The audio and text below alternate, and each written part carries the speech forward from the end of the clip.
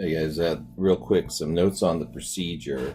I didn't really spend a lot of time updating the supply list, so you can ignore the 800 ml beaker. I tried recording this last night and didn't work out well, so I just stopped for the evening. You'll get a 1 liter glass bottle, and it will have in it 1 liter of degassed, deionized water in it. And then you won't need the 2 large watch glasses, but you'll need the 125 milliliter Erlenmeyer flask. Actually, I think you'll need this times 4. That would make it most efficient. And there are more stored in the classroom. Other than that, everything else should be available to you in the classroom. So let's talk about day 1. And here you're going to be making a 0.1 to 0.13 molar sodium hydroxide solution. Now you'll be getting your deionized water in the 1 liter bottle, and you'll be making the sodium hydroxide in a plastic bottle.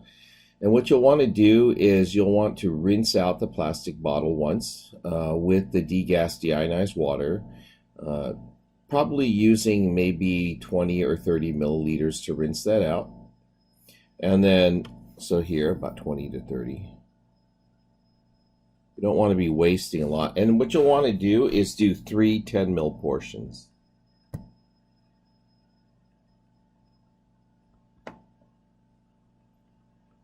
That means put in 10 mils, swirl it around, dump it out good, put in another 10, swirl it around.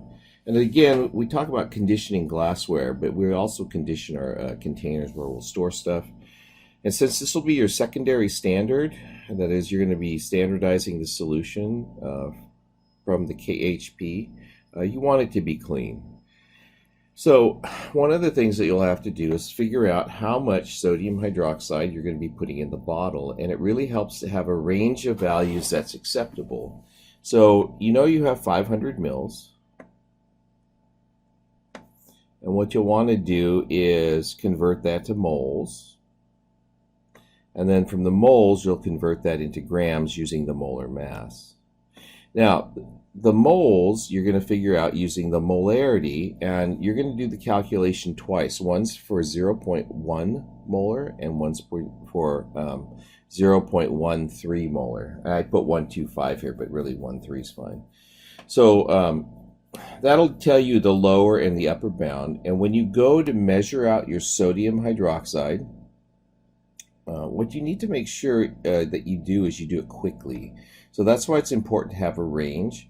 And if you're a little bit above that or a little bit below that mass that you target, it's okay. You're going to standardize it, but we want it to be within a certain range because the amounts of materials we give you sort of fall within that range of concentration. So that range of concentration was designed for this experiment. Now, once that's made, you need to invert it 30 times. So what you're going to do basically is, and this, let's imagine this is what your plastic bottle looks like, right? It's not that big, it's only 500 mils. You're going to put your solid sodium hydroxide in, and you're going to transfer that from the beaker. Notice you're weighing this in a beaker, right? And then you're going to use deionized water, and that'll help you rinse it into here. But you'll dump the solid in, and then you're going to fill it up to the shoulder. This is considered the shoulder. Leave a little bit of airspace at the top so it'll mix well. Sodium hydroxide will dissolve pretty vigorously, actually. It's so exothermic when it dissolves, it can actually cause the water to boil. And so with this small amount, that shouldn't happen. So you'll transfer that anyways into the plastic bottle and probably invert it 20-30 times. And like it says here, you're not James Bond and it's not his martini, so you don't shake it, right? Just stir it. All right, and then stirring it, that will be inverting it. So now when you're going to standardize the sodium hydroxide, you're going to be using the analytical balance. You'll notice up here it says go ahead and use a top loading balance, and that's just mostly for speed. And also, the top loading balances are in pretty bad shape anyways, and so when you get a little sodium hydroxide on it, it's not a big deal. That's the kind of thing they're designed for. But when you're measuring out your KHP, you want to get around 0.6 grams for your first trial, and then you're going to record the mass to the nearest tenth of a milligram, or 0.00001 grams, right? And then you'll add about 25 mils of degassed water. Now, you can make this 10 mils and then use a transfer pipette when you do it. And then don't forget to add your indicator. I know some people forgot that. Not too many of the 1Bs, but when my 1As do experiments like this, everybody forgets the indicator at least once. Okay, so then you're going to titrate your sodium hydroxide solution. The good endpoint will be pink for 15 seconds. And then what you're going to do, and this is important, you're going to adjust the amount of KHP used in the second trial. Now, the first trial is usually considered to be a rough run, and it's kind of optional to have a rough run, but that's just to give you a ballpark estimate of how much sodium hydroxide you're going to need to use in your titrations. So this is how you're going to do this step. Let's say you have a titration and it takes, I don't know, let's say it takes 16.3 milliliters. And then you weighed out the sample, it was 0. Let's say it's 5959, like that, okay, grams. You can use this ratio as a conversion factor. So if you want to get 20 mils, exactly, so this is trial 1 data.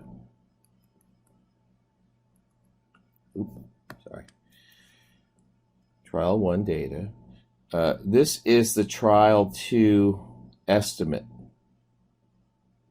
for mass for your KHP grams, okay? You want a 20 mil endpoint. Then what you do is you can use, you know, it's 16.3 milliliters for every 0.5959 grams. And then you can calculate the amount of mass that you need for your second titration. Now, when you do your titration then at this point, if you know that you've gotten very close to the amount that you should weigh out in your second titration, then what you can do is you can calculate like what volume you should go to without having to slow down. So if you're estimating it's to be at 20 milliliters and you weigh out this amount precisely, or within about, I don't know, 10%, or so, you know you can go to about 18 milliliters, which is within about 10% of the endpoint, without really slowing down. Now, you'll have to make that judgment based on how close this number is when you actually weigh it to the calculated value that we have. I circled that would be here, okay? So when you weigh it, if it's really close to this number, you can go ahead and just add like 18, sometimes 19 milliliters and not slow down at all during that time. Just run it straight in. It's a little nerve-wracking, but you should try it once or twice. You'll find out it works really well, okay? Now, you're going to repeat the titration to collect 4 good ones and don't do more than 6 because we're going to run out of solution if you do too many. You're going to run out of solution, not everybody, just you will. So obviously, over-titrated samples should be noted. If you get more than 2, you're just going to have to live with one bad data point. You can throw one out just because I'm allowing you to throw one out, and you can use a Grubbs test to throw another one out. But I'll tell you, in these titrations, often the over-titrated ones can't be thrown out, and they end up affecting your results. Now, if you feel like you could do a 7th, then go ahead and do a 7th. If you look at the volumes you're using and how much you're using of your solution and you think that you can get away with the 7th one, then go ahead and do a 7th. But I'm just warning you that if you use all your titrant in this part of the experiment or use too much titrant in this part of the experiment, you may end up having to remake your titrant and re-standardizing it sometime. And I'll come in on a Friday perhaps and let you do that. But but that's just more work than you need to do. The waste solutions, right? You can neutralize it with bicarbonate, or in fact, these are so dilute by the time they're neutralized that they can go straight down the drain.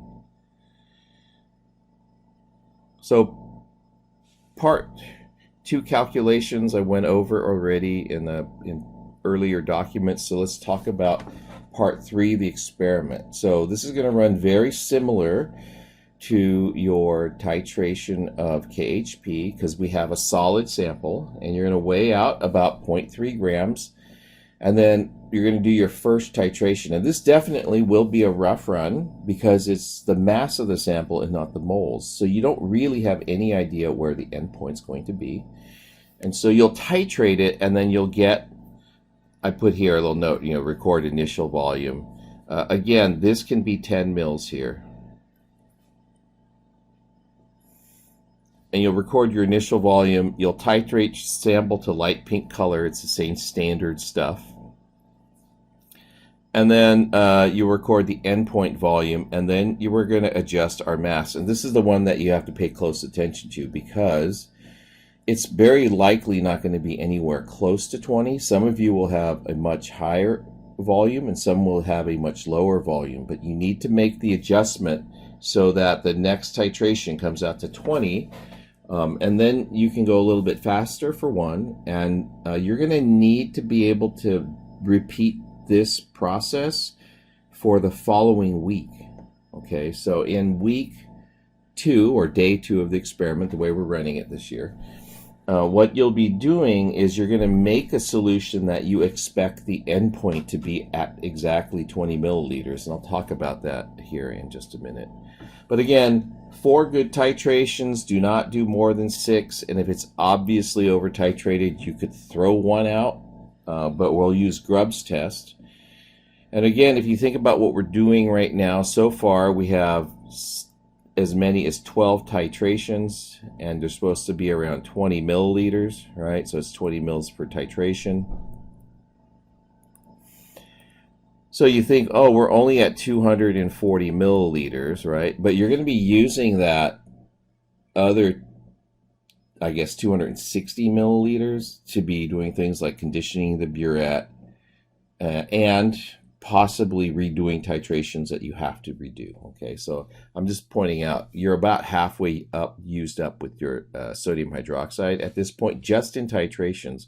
You'll probably be at about 200 mils left, and so that's kind of cutting it close just a little bit. Okay, so let's skip off the calculations here, and we'll talk about the pH probe. And oh, I forgot to point something out. Yeah, this is an important part to remember for day 2 because the solutions will have sat for a week. And when you think about how the bottle looks, the bottle's going to look like this, okay? And it's only about half full, right? And what happens, and this is sealed, and make sure you seal it well on that first day when you leave. This is going to be evaporating all week, okay? And the labs actually get quite warm in the evening because AC shuts off.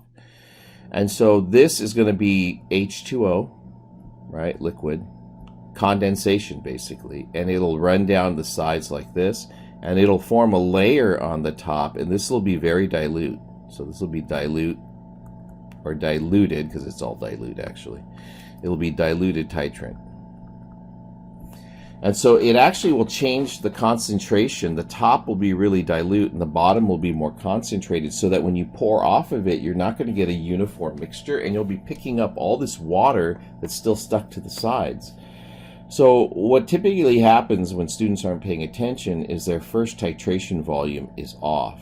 And make note, you're only doing 1 titration on day 2, and so you need that to be the same concentration as day 1. Okay, so you just avoid that just by remixing your solution. Now we're trying to avoid reincorporating carbon dioxide, so don't open up your bottle because there won't be very much carbon dioxide in there just because it's been sealed. And then you'll want to invert it again, possibly 30 times, to get a uniform mixture inside the bottle, and then it should be back to the concentration that you standardized in week 1, okay, or day 1. So the calibration process for the instrument does not need to be in your lab notebook. That's a standard procedure. I would say that most of the time that's something you just learn how to do in a lab.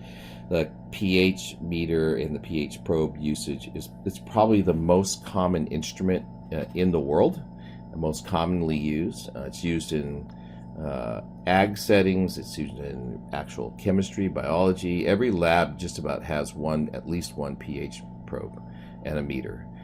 So what you're going to do though is you're going to be doing the calibration, and just to make sure you follow these instructions, and then what you're going to have is a point at which you're going to calibrate it, and then you'll put it in pH 4 buffer, and then you wait for the voltage reading to stabilize. You should be gently stirring at this point. If you don't stir it, then you never get rid of all the water that's around the probe, and you'll end up getting a false reading out of that. And then you'll enter the value 4 and tap keep. Now that's after you press on the calibrate now. So if you don't see the numbers changing and a place to enter the number 4, then you probably missed a step somewhere. Again, you can just print this section out and then use it to calibrate. And then you notice there's a calibration check. We have a pH 7 buffer that we'll be using as a calibration check. You need to make sure it's within 1/10 of a unit of the actual pH 7 buffer. Okay.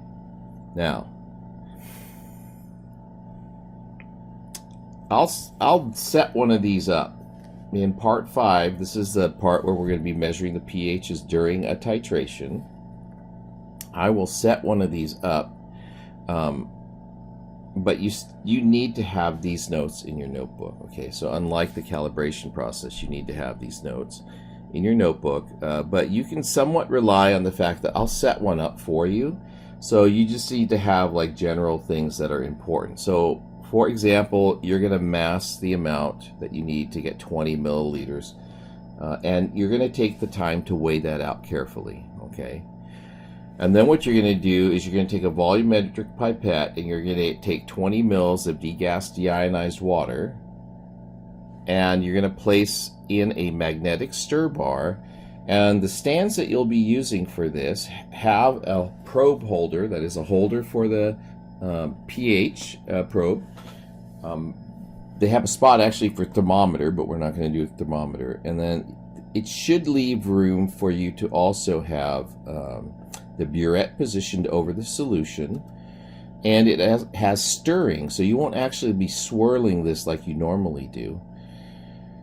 So it's important that you don't splash this solution very much, because as you titrate it, you're not going to have the option to rinse down anything you splash. So make sure that the solid goes to the bottom, and then you carefully add the water to it with the volumetric pipette. And that way you don't have to worry about any of the acid being lost. This is one of the few times that I'll say fill your burette exactly to 0 milliliters. It makes this part of the experiment much easier. And if you need to, use a dropper, right, and a camera to see the exact level so that you're measuring it properly. Okay, so again, the properly measuring a burette means you need to be at eye level with it. Right? And then once you have that set up, you're almost ready to titrate. Right? You're going to use the setup in figure 1, so let's show that real quick. Way back here. You're going to have the pH probe. You're going to have your solution. You'll have your stirring plate. So this is the probe. This is the weak acid unknown, so I'll just call it HA. And this is the stir control. And again, you know the burette. And this whole stir control and the stand are all integrated together, so it actually comes off of the back of the stir control stirrer. It doesn't have a heat setting, so you don't have to worry about that. But in some of these setups, you actually use a magnetic heating stirring plate, and you want to make sure the heat's off on those. But we won't be using those, hopefully. So you need to make sure everything's centered. And by the way, don't leave your probe out of solution for very long. Okay, so you're going to want to do this part kind of quickly if you're going to be setting it up like in the figure. Don't leave it out dry. When it dries, it screws up the calibration. Okay, so a lot of times people will leave it in this position. They'll set this up and then they'll pull this out, and it's not in the solution, but they just set it up to be in the right position. They'll pull it out and keep it stored in its storage solution. Make sure you do a good job rinsing it and then drying it off with a Kim wipe. That's a little like paper towel. So that you don't put a lot of water in your sample. I mean, 1 or 2 mils won't matter, but if you get a lot of water or if you get a lot of buffer solution in there, that can cause a lot of error in your measurements. Okay, so you're going to lower the pH probe. Lower the pH probe. That's what that should say. Carefully, so that the tip is in the solution. Now, when you're going to look at it, it's going to look like this, and then it actually, well, I should draw it a little bit better than that. It has these little cutouts in it. And then within here, there's a glass bulb that's hiding in the background, okay? It looks like an elephant's foot, sorry. What you're going to do is make sure that the glass bead or probe, right, needs to be in the solution. And you need to make sure it doesn't touch the stir bar, because every time that stir bar goes around and whacks on that probe, a lot of times you'll get like a weird measurement. It's not really that big of a deal, but it can make it hard to get a stable measurement. So on the screen after the calibration, you're going to change the mode, right? There's a mode box. You're going to change it to events with entry. And then you're going to type in volume for the units, and the type is milliliters. Okay, so after that, you can hit play, and then you're ready to go. And what the first thing you're going to do is keep the first measurement. So you're going to enter 0 milliliters, right? So you're going to click keep, and then you're going to enter 0.00. Now the units have been entered, so really you're only entering 0.00. You don't have to type the units ml. And then you'll hit OK, and that first measurement's important. It's one of your calculations that you'll be, or one of your pHs that you'll be using in your calculations. So it pays to make sure that it's stable before you click OK on that one. Now, when you add your sodium hydroxide, and this is assuming that your equivalence point is going to be at 20.00 mLs, okay? If it's not at 20, let's say you don't get quite the number, recalculate what your equivalence point should be at. Now, the way a titration curve looks, and you saw this in the other video, is it rises fast in the beginning, it's flat in the middle, fast in the middle, and then flat at the end like that. So it's kind of idealized. It's not quite that flat, but anyways. This is the 10% mark. This is the 90% mark to the equivalence point, okay? This is the buffer region. We don't expect a lot of change there, but we expect change in the equivalence region zone like this, and we expect a lot of change here. So consequently, since you're trying to record the pH, you'll make a lot of measurements in those two regions. So from your initial pH to 2 mils, which is 10% of the 20, right? That's why I said the 20 is important. Now, if it's 19 for you, then it's going to be 1.9 mils, right? So you're going to add about 0.1 to 0.2 milliliters sodium hydroxide. That's just a quick opening and closing, okay? And you might want to practice that before you get started, actually. And you're going to wait for the readings to stabilize. You'll click keep, and then you'll record the volume to the 0.00 milliliter point, right? You're going to record it as most precisely as you can. And then what you're going to do, so you'll have like 10 data points in there, maybe more. It depends on like because when you turn it, it's hard to keep it to 0.1 mil, but you might get 10, you might get 20, but somewhere in that range. And then for the next 16 milliliters, you might get 16 measurements, because what will happen is the curve will flatten out. And if it doesn't change by more than a few tenths of a pH unit, you can just keep adding, because this is flat. There's nothing to look at here, basically, in this region here. Sorry, I'll use that. So, but each time you do have to wait for it to the reading to stabilize, and then you click keep, and then you record the precise volume. And then once you get to 18 milliliters, actually, again, that's the 90% of the equivalence point, right? Then we're going to expect that you're going to soon leave the buffer region, and the pH will start changing quickly. So you're going to be adding from 0.1 to 0.2 mils initially, okay, and wait for the reading to stabilize. But as you get to this region that changes very rapidly, you're going to try to keep that to less than or around a tenth of a mil. So again, it serves to practice making that small addition with, let's say, deionized water in another container to make sure you know what you're doing. Okay, so maybe practice that. And again, let it stabilize and then hit keep. I will warn you that this point here, it doesn't stabilize easily.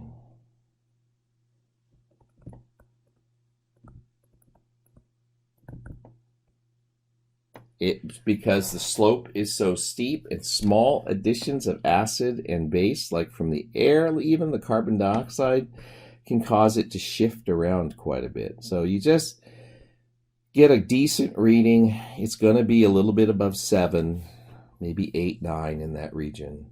And then once it seems to have stopped changing very rapidly, then you'll go ahead and hit keep.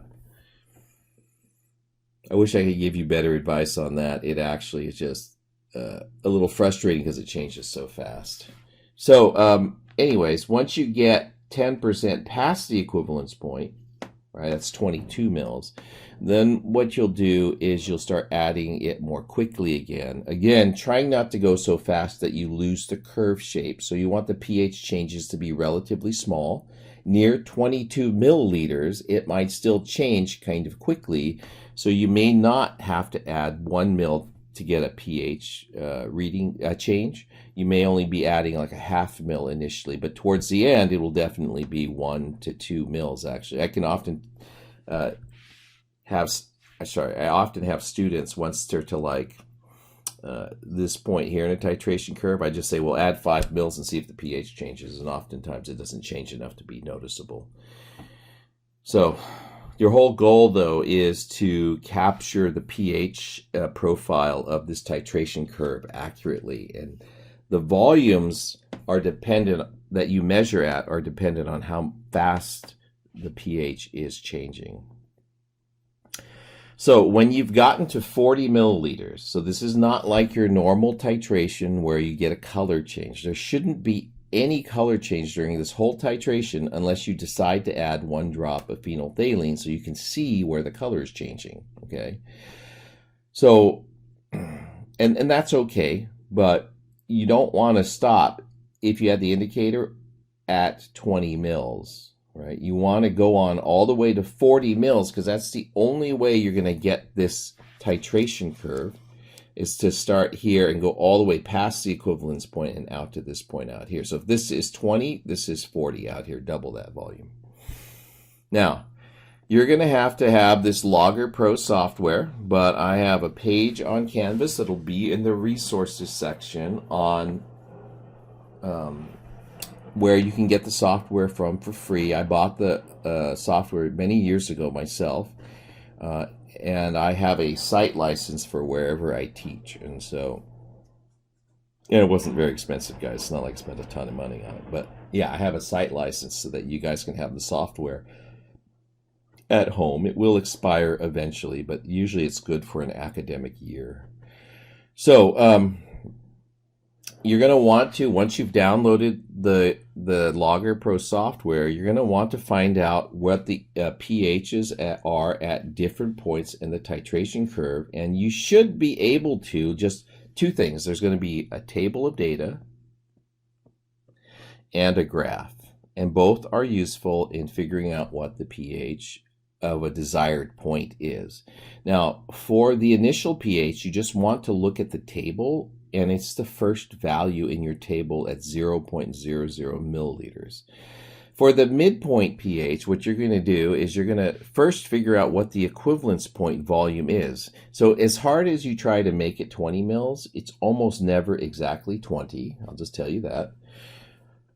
But you can tell the equivalence point because it's the point at which the slope is changing the fastest. And I pointed out, I think, maybe I didn't, the best way to figure out where that is, and I'll talk about this in class if necessary, is if you have a titration curve that looks like this, you draw a line tangent to the top, draw a line tangent to the midpoint, and then draw a line tangent to here.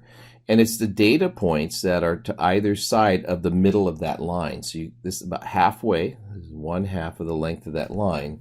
You can find the equivalence point. And oftentimes what people will do is they'll just take these 2 points here and write the equation for solving for that straight line. You can do it in Excel and do a linear regression.